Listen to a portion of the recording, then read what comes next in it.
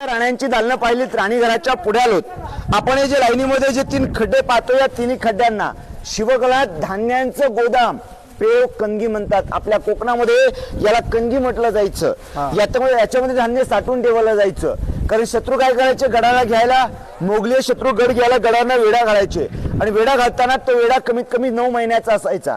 9 महिने लोकांना धान्य पुरेल असं धान्यांचं गोदाम इथे तयार केलं. 22 फूट, 20 फूट आणि शेजारचं 15 फूट ही धान्यांची पेव आहेत. सर्व लाकडाच्या सडीने धान्य वरती घेतलं जायचं. एक बघा, सोडून खालनं वरती काढून घ्यायचं धान्य. ज्या दिवशी लागेल त्या दिवशी, ज्या दिवशी शत्रूचा वेढा असेल त्या दिवशी धान्य काढायचं नाही, त्या धान्य स्टोरेज ठेवायचं. इथे खाली जे काय वाडे बघायला भेटतात बघा, हे वाडे शिवगलातल्या अष्टप्रधानांचे आहेत, मंत्र्यांची घर आहेत. महाराजांचे जे 8 मंत्री होते ना, त्या मंत्र्यांना राहायला बांधलेली सर्व निवासस्थान आहेत. प्रत्येक मंत्र्याला सेपरेट महल होता. असे इथे 5 आहेत. आणि याच्या खालच्या परिसरामध्ये अजून 3 घरं 3 मंत्र्यांची आहेत. हे सर्व शिवगलातले मंत्र्यांची निवासस्थानं. आणि 365 किल्ल्यांचं ऑफिस सुद्धा इथेच होतं.